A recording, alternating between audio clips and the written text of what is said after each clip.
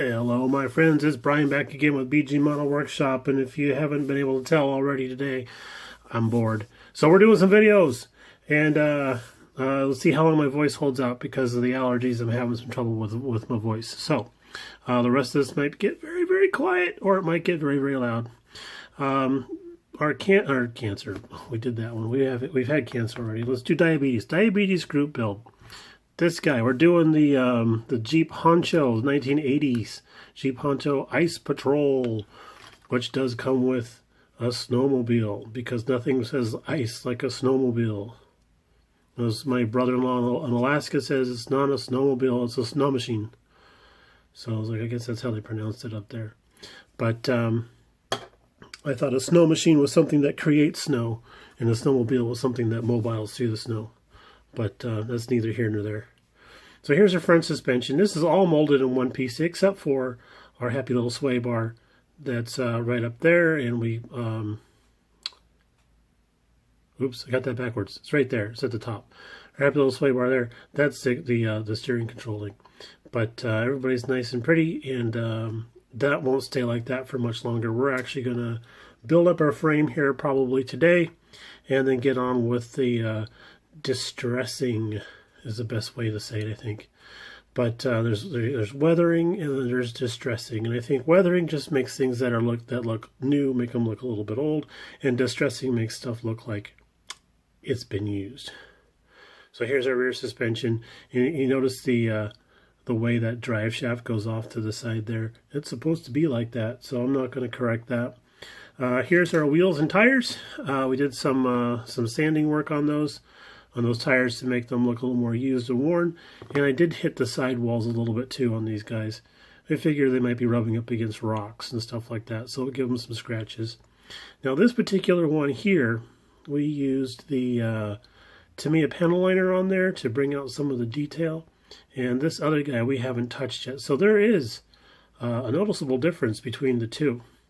When I was initially doing this, I thought, I can't see anything different. And then when I reached back in the parts box for the next guy, I was like, oh, well, what do you know? There is a difference. So I kind of like that. I'm going to keep going with that there. Our engine, it's nice and happy. Now, I did explain in the past that this is supposed to be a pale blue. And I didn't like that because the truck itself was going to be a pale blue, so I didn't want to lose the engine in there. So I went with this metallic red. And, oops, I just popped my air cleaner on. It's all right, it wasn't attached permanently anyway. And I decided, well, this needs a distributor. So we added a distributor. And I thought, well, you know, this needs an oil filler tube. So we found an oil filler tube in the parts box. And I thought, hey, if we got a distributor, we need a coil. So I found a coil in the parts box, and now we got a coil there. We just got to do our wiring. I got the holes drilled in the side for the wires. And we just need to wire it all up. And I did have to wait because I did talk earlier about the Vallejo paints being really tacky and stuff. I did leave a thumbprint on the transmission hump. So that's been marked for forever. And we'll take care of that there in a little bit, but we'll finish wiring up the engine and then kind of do some detail work on that. As for the accessories, here's the roll bar on the back. Now it's supposed to have some lights attached there and an antenna that comes up the back. And this came in 3 pieces. There's these little side bits here that kind of C-shaped right there. That on either side just attach on there. So we mocked it all up on the bed and then glued it in place and made sure everybody's happy and square. And one thing that we did do was we snipped off the fire extinguisher that's attached right there because I wanted that to be nice and bright. So I painted that separately. And what we'll do is we'll detail paint this little fire extinguisher up and then go back and attach it back where he's supposed to be and put him back in his home. So he'll be nice and pretty. Our dashboard is going to be flat black on the interior. I'm not getting too fancy with it at all. So you see the gauge pods. Pardon me, pod. The gauge holes here. There is some rudimentary detail in there, but I do have a sheet of basic gauges And some of these guys might be the right size to fill in those holes. So we'll dress that up a little bit. That should show up kind of nice. And let's see here, what else we do? Oh, we got some silver color on our bumpers. So we wanted to kind of look like somebody been spray painting the bumpers, you know, keeping them looking metallic-y. And then here's our frame. I started detailing that just a little bit yesterday night. So we got a little bit of color on the spare wheel. And then I think we'll do, this is supposed to be a plastic shield that's going around the gas tank. So I think we'll do that in like a gloss black. And then everything else we'll just dirty it up and give it its wear and tear. But I did forget to remove the branding on there.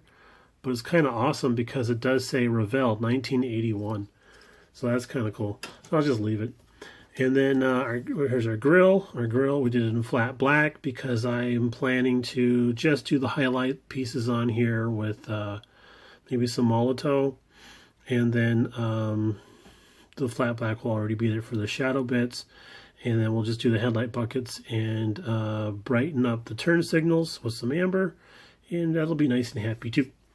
But as for the body, we did glue on the rear piece. This whole U-shaped piece here is one big piece that goes on.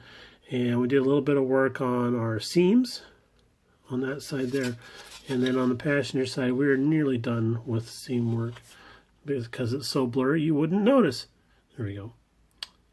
That's it there.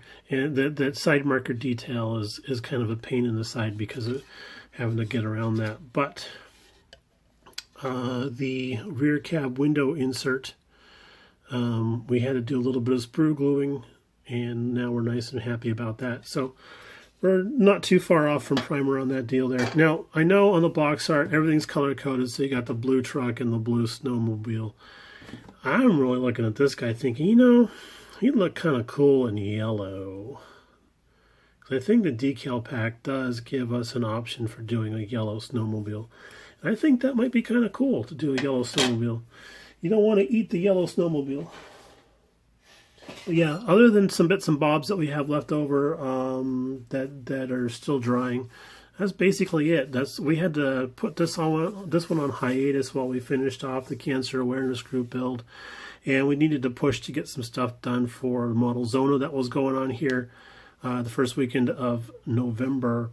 And I talked to some of the guys out there like Jeff and Randy, and talked to them about what they do post-show, and they're like, boy, man, I just shut down. I don't even want to look at my bench. I'm like, you know what? I went through a whole week of that too. That's why Mrs. BG was kind enough to do some of the updates and everything. Not to mention the fact that all you guys are really nice and supportive of her, so she just eats that up with a big spoon. She's like, can I do another update? You know, it's like, yeah, sure, okay, fine. There's nothing to update. But so can I do a box review? Sure, do a box review. So there you have it. Thank you guys for tuning back in again. We'll talk to you a little bit later. Planning on doing an update for the JDM group build as well. All right, y'all, take it easy. We'll talk to you a little bit later on. Have a great week. Bye now.